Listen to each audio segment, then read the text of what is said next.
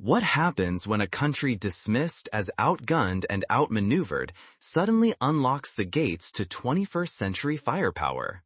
Then, in August of 2025, everything changed.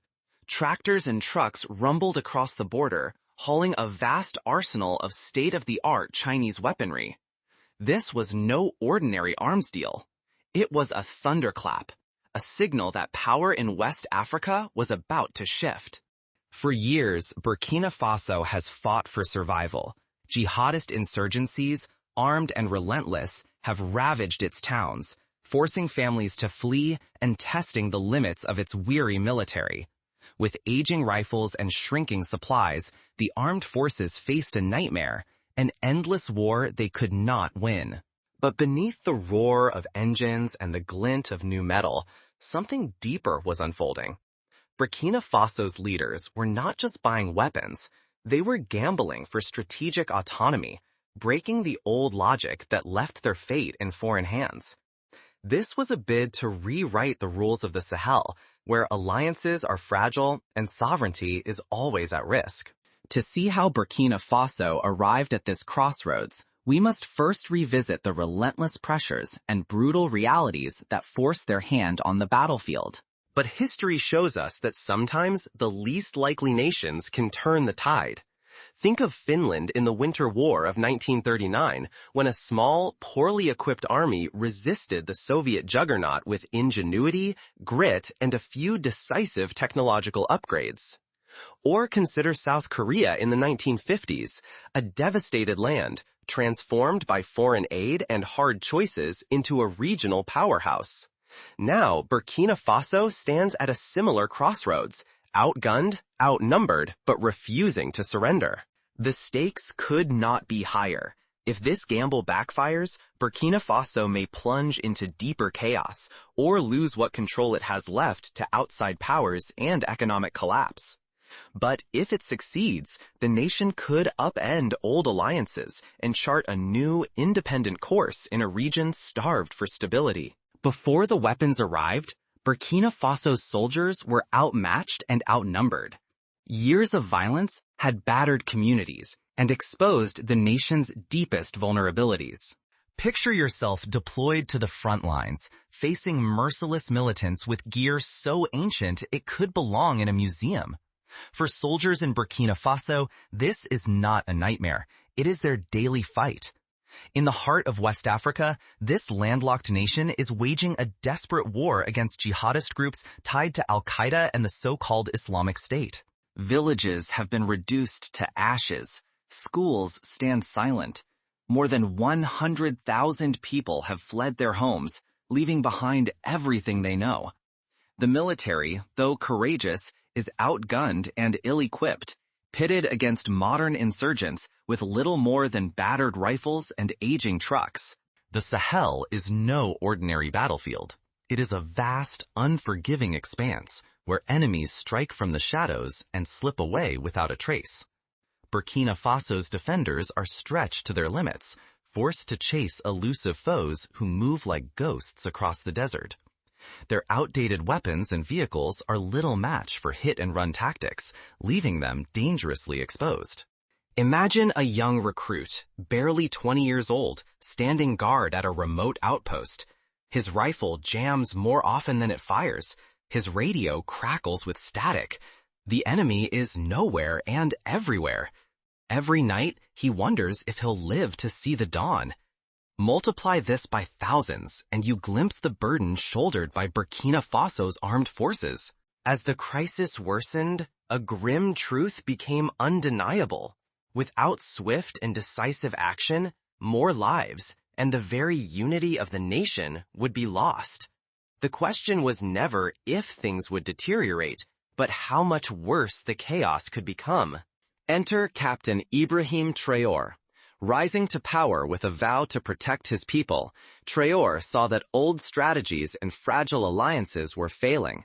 Instead of waiting for Western aid, always slow, often conditional, he turned his gaze eastward, searching for new partners and new solutions. But what drove Burkina Faso to seek help from China? And what does this new partnership reveal about the shifting power dynamics in West Africa and beyond? In August of 2025, Burkina Faso made a daring move. Shipments of advanced weapons from China arrived on its soil, signaling a break from the past. For the first time, the nation was equipping itself to fight back, not just accepting hand-me-downs from distant allies. Why did Burkina Faso break from France and the West? And what exactly is in this deal with China that changed everything? To understand this turning point, we must uncover the urgent pressures that forced Burkina Faso to abandon tradition and gamble on an untested alliance. The answer lies in a deadly pattern of betrayal, desperation, and the harsh realities of modern warfare. This is not the first time an African leader has faced such a dilemma. In the 1960s, many newly independent African nations turned to the Soviet Union and China for military hardware, rebuffing Western paternalism in pursuit of self-determination. Mozambique, Angola, and Ethiopia all experimented with alternative partnerships, sometimes with lasting results, sometimes with disappointment. Now, Traore was making a choice shaped by history's lessons, to seek help but on his own terms. For decades, Burkina Faso's military struggled with aging weapons and dwindling Western aid, always fighting from behind. The support they did receive often came tethered to political expectations, eroding sovereignty and slowing real progress.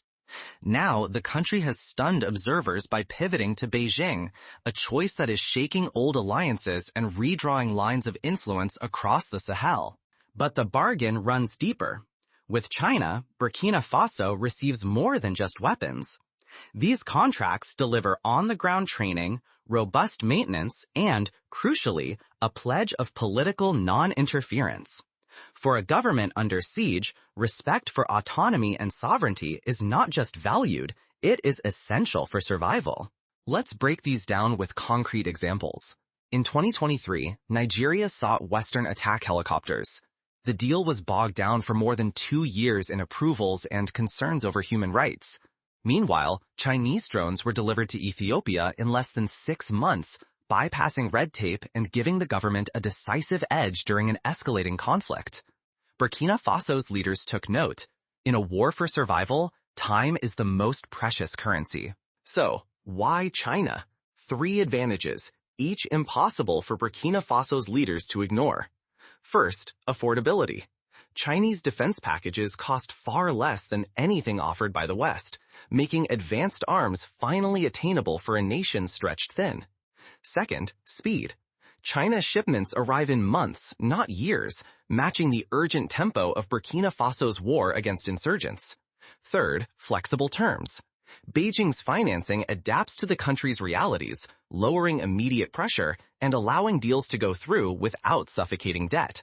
The concept of non-interference is especially significant. Western aid often arrives with strings attached. Reform your politics, change your laws, open your markets. By contrast, China's approach echoes its own foreign policy mantra, mutual respect and non-interference. For Burkina Faso, weary of lectures and conditions, this is more than a slogan, it is a lifeline. In August 2025, this partnership reached a turning point. A special delivery rolled in, advanced hardware designed for the Sahel's harsh terrain. Among the arrivals were the VN-22B fire support vehicles, the PLL-05 self-propelled gun mortars, and the SR-5 multiple rocket launchers, each one chosen for a specific battlefield need. A convoy ambushed near the town of Djibo, a flashpoint in the conflict.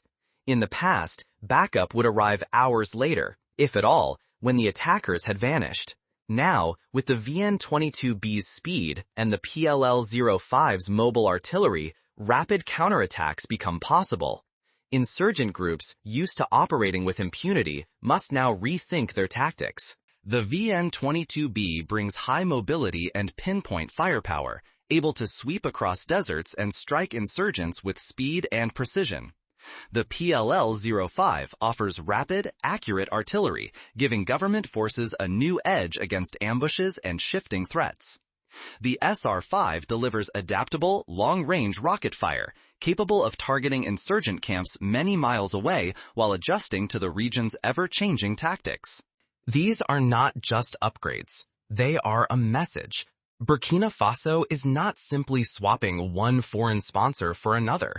It is taking ownership of its defense, picking tools and partners that answer to its own interests and needs, not someone else's agenda.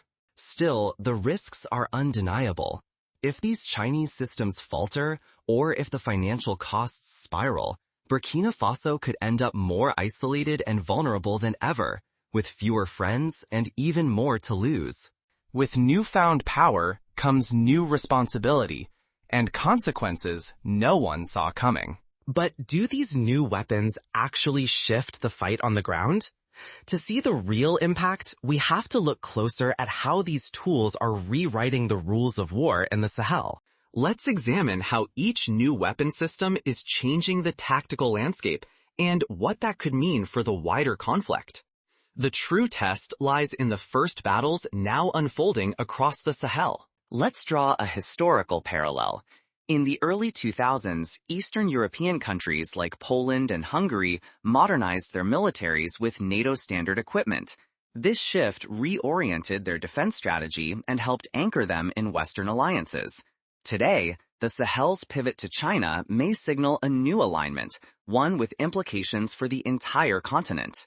Burkina Faso's military is undergoing a transformation that was unthinkable just a handful of years ago. Sleek Chinese vehicles and modern artillery now roar across the savannah, offering mobility, precision, and overwhelming firepower. The army can respond in minutes, not hours, to threats that once went unchecked. For the first time in decades, the odds on the battlefield are shifting, and weary towns glimpse a hope they thought had vanished. The cost, however, is staggering. Military budgets have soared by more than 230% since the first Chinese shipments arrived. Every dollar spent on tanks and rocket launchers is a dollar lost to schools, clinics, and roads, services millions of families rely on to survive and hope for a better future. If social welfare is neglected in pursuit of security, the same poverty and resentment that fuel insurgency may only deepen. But Burkina Faso is not acting in isolation. Its bold modernization could become a template for neighbors across the Sahel, sparking a wave of military upgrades that ripple from Mali to Niger and beyond. If this trend accelerates, the region's nations may finally reduce their dependency on Western troops, redrawing the security map of West Africa. Strategic autonomy is within reach, a prospect that electrifies leaders, but also raises the pressure in a region already at the breaking point. The true test will come not on the parade grounds, but in the lives of ordinary citizens. Will this gamble on military power bring lasting peace, or ignite new cycles of conflict? Driving this shift is the Chinese defense model, swift, affordable, and steadfastly non-political. Beijing delivers modern arms without lectures or strings, offering African leaders a path to security independence that sidesteps Western oversight. For many, this is both empowering and pragmatic, but it comes at a price. A single-minded focus on military might can backfire, breeding instability instead of ending it.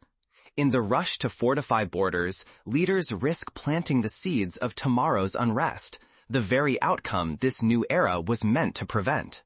Can a nation purchase its safety, or is the real fight for the soul of self-reliance? Imagine a village where the local school's roof leaks and the clinic has no medicine, but a brand new armored vehicle sits gleaming nearby. For many citizens, the trade-off is palpable and not always welcome. This dynamic has played out before.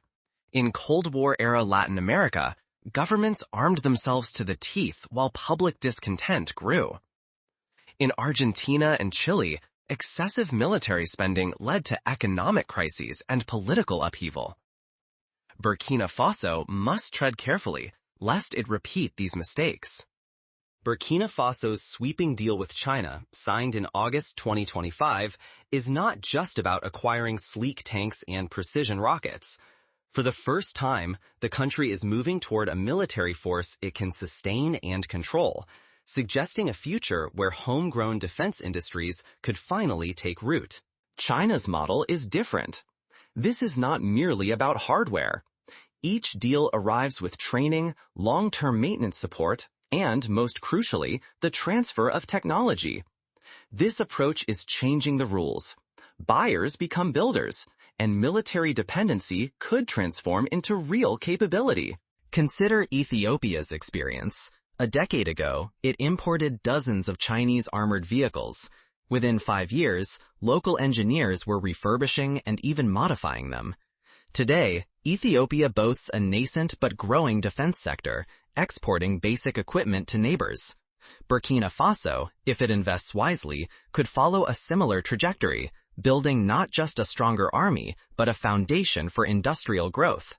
By choosing China, Burkina Faso is signaling a desire for true agency, not just on the battlefield, but in its political and economic decisions. Yet the price is steep. Chinese partnerships are often built on loans and multi-year commitments. The risk is that reliance on these deals might slowly erode the very sovereignty they promise to strengthen. History casts a long shadow. Military power is vital, but lasting security comes from development, education, and social inclusion, not just from faster vehicles or deadlier weapons. If Burkina Faso, and others watching, focus solely on external solutions, local innovation and resilience could be pushed aside. The cost of new alliances may plant the seeds of future dependency. As this bold experiment unfolds, one question endures. Will real autonomy be forged from within, or merely traded from one powerful partner to another? Practical steps can help mitigate this risk. First, Burkina Faso could invest a portion of defense contracts in local manufacturing and workforce training, ensuring skills transfer. Second, it might establish oversight committees composed of civilian leaders, military officers, and technocrats to monitor spending and social impacts. Third, the government should maintain open channels with civil society, inviting scrutiny and debate over priorities. The stakes could not be higher. If managed skillfully, Burkina Faso's leap could become a blueprint for the region, a shift away from endless dependency toward genuine self-determination. But even small missteps risk trapping the country in cycles of debt and fragile peace, undermining the freedom it seeks. Is Burkina Faso's alliance with China the dawn of a new era, or the gateway to new dangers? The world is watching Burkina Faso's next move, weighing the promise of transformation against the perils of new entanglements. What comes next will echo far beyond its borders. This decision marks a daring bid for strategic autonomy. No longer will Burkina Faso accept being outgunned by insurgents or dependent on distant capitals. Instead, it is rewriting its own future, one shaped by local needs, not by foreign dictates. Yet every opportunity carries risk.